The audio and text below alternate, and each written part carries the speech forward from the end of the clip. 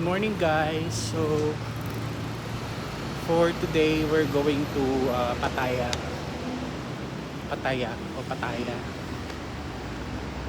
So it's 4:30 na ngayon dito sa Bangkok, specifically dito sa Mai Chong Non Si. Dito ko sasakay ng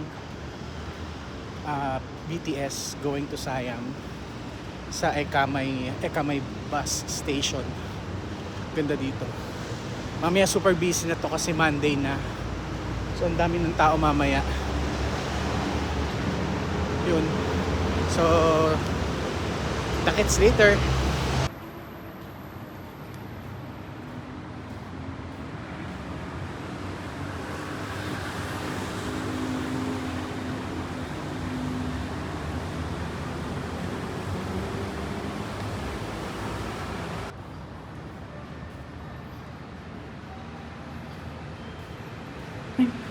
Look, close pa.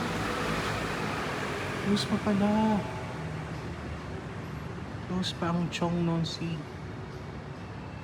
Dito na ako bababa. Dito kaya? Dito na ako mag-ano. Siguro mag-grab na lang. Ay, ano ba? Grab bike. Sarado din. Ito. At least, ay, may McDo. Kaya muna. Hindi, doon na lang.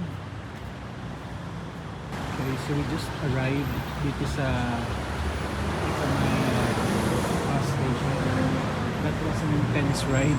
Grabe, ang layo pala niya. Hindi ko ini-expect na, pero buti na lang maaga kasi wala pa masyado mga sasakyan. Yan yung ticket booth.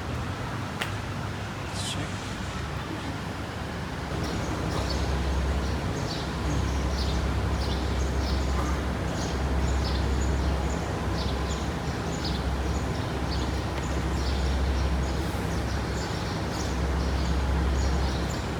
Waiting for bus 26.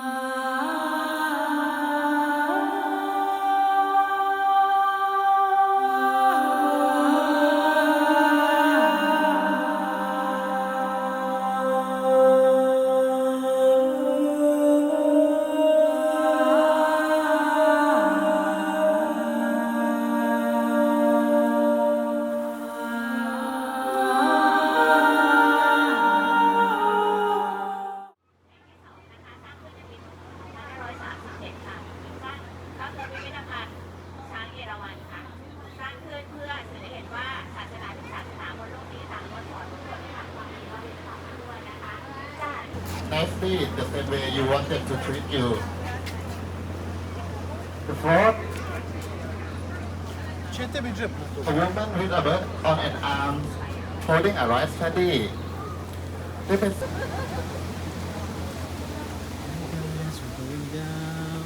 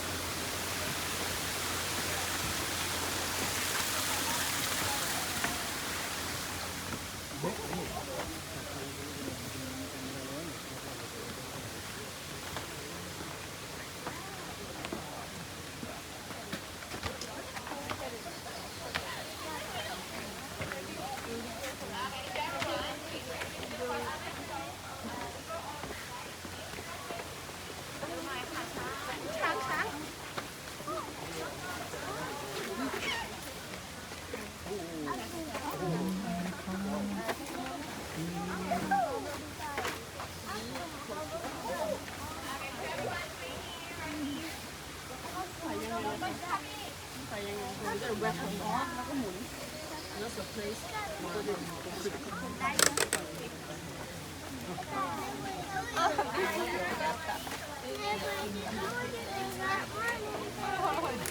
これはちっちゃくできない。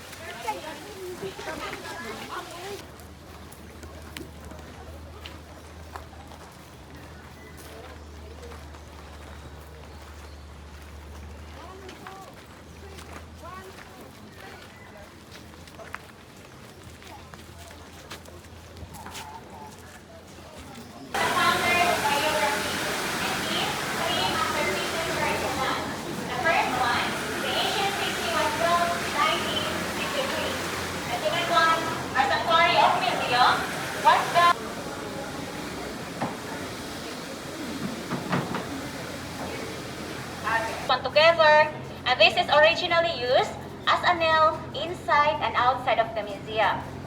And this one, the butterfly joint. So this is how they lock the wall. But this is only one piece of wall. And the other side is a carving decoration. And if they want to add more, they are using long dovetail. So they can add more, and more. And the other side is also for decoration. And this one, this is how they lock the columns and balcony using this. Yes, for the columns and balcony. Inside and outside of the museum, we have over 170 pieces of poles. So for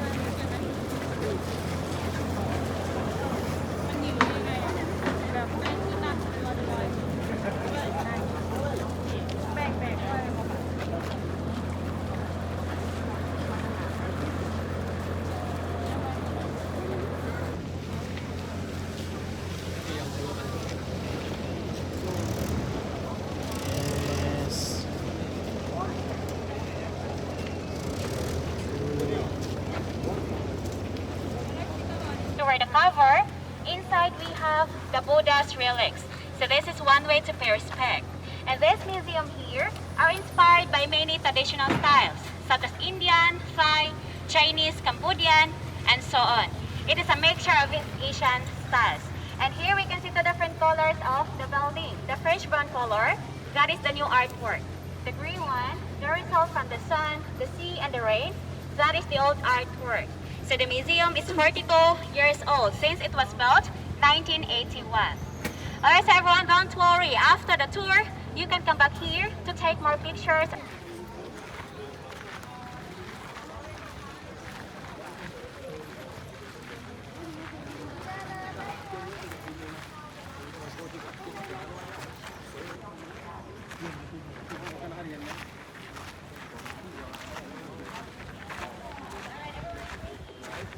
Peace, beauty, and creative. Alright, so everyone, this is also here one of the famous spots for taking pictures. So someone up there, somebody will take picture down here. It's very nice for Instagram or Facebook. Okay. You can do that after the tour. The character of both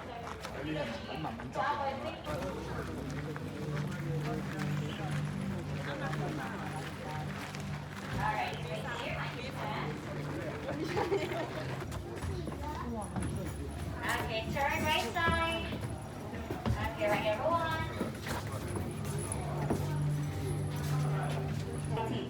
That no matter how rich you are, where you come from, or the religion you believe in, we are all the same. We are all compounded with the four classical elements. So the first one here, this is the element of earth. It is considered to be the most solid comparing to other elements. So in our body, it is the bone and the skin. And the next one, the element of water. which is known as liquid. So in our body, it could be the blood, plasma.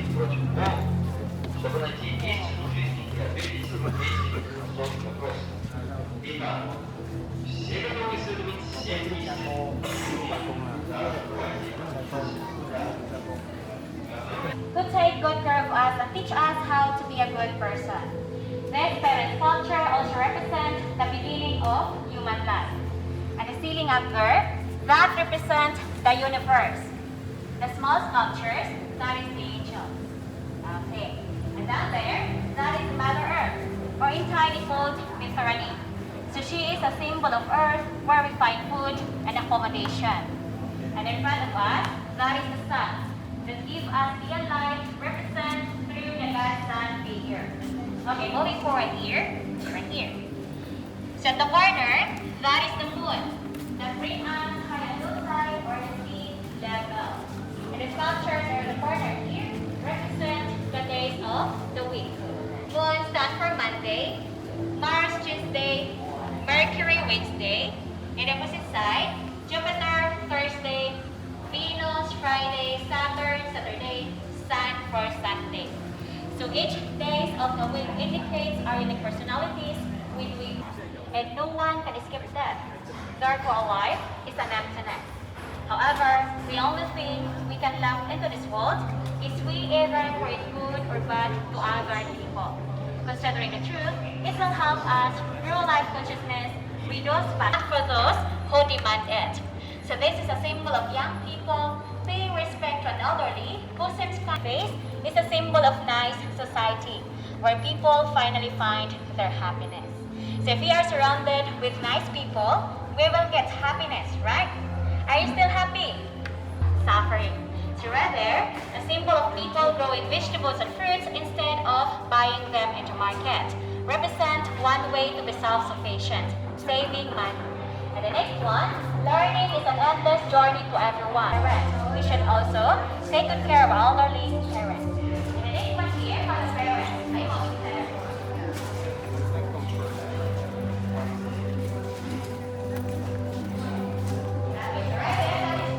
Married couple treat to each other. Respect, love, and look after each other. Not boxing each other. I'm just kidding. They're both. But instead of helping each other, they are still fighting and blame to each other.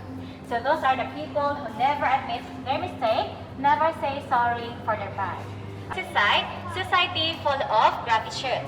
So right here, it represents a picture of people who are being grateful, thankful, and taking care of the supporters or benefactors, taking care of the animals, paying back to the nature by replanting trees. And the next one, society full of selfishness. So here, it represents a picture of rich people who have much food to eat, but they do not share for those people who seems to be hungry. And one more here, this man who refused to help those girls from falling into river. Actually, they are asking for help, but he just ignore it.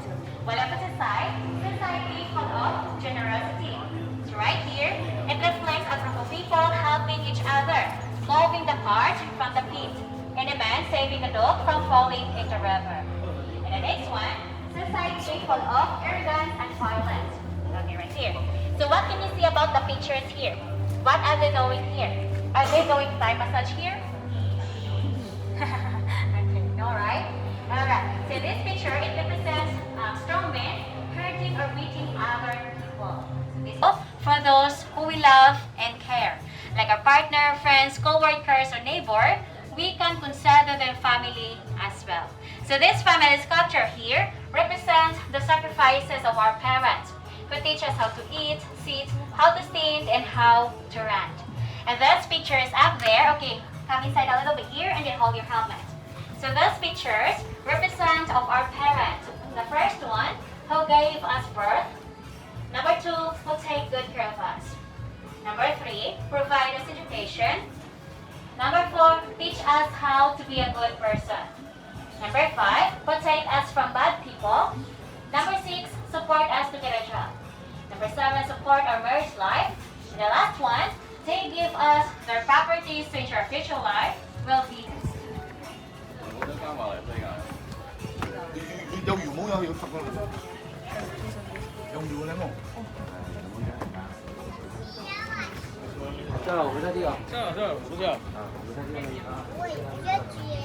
Alright, so everyone, I hope you have learned from a tour from outside and inside of the museum.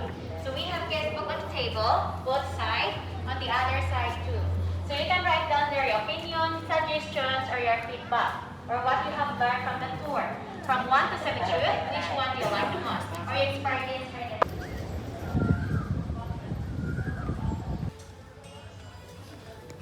Ang cute niya. Hello.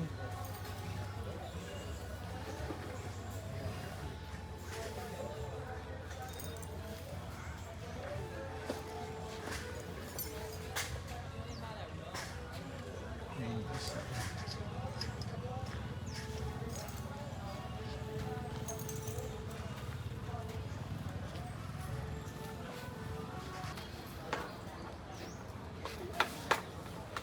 Hello.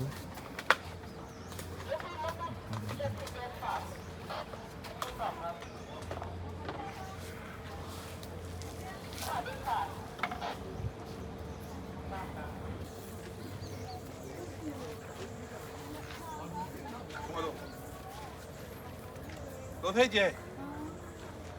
아빠 더 줄래 동아? 많이 먹어. 동아 또. 나도 해볼래. Hello. Hello. Hello. Hello, babies.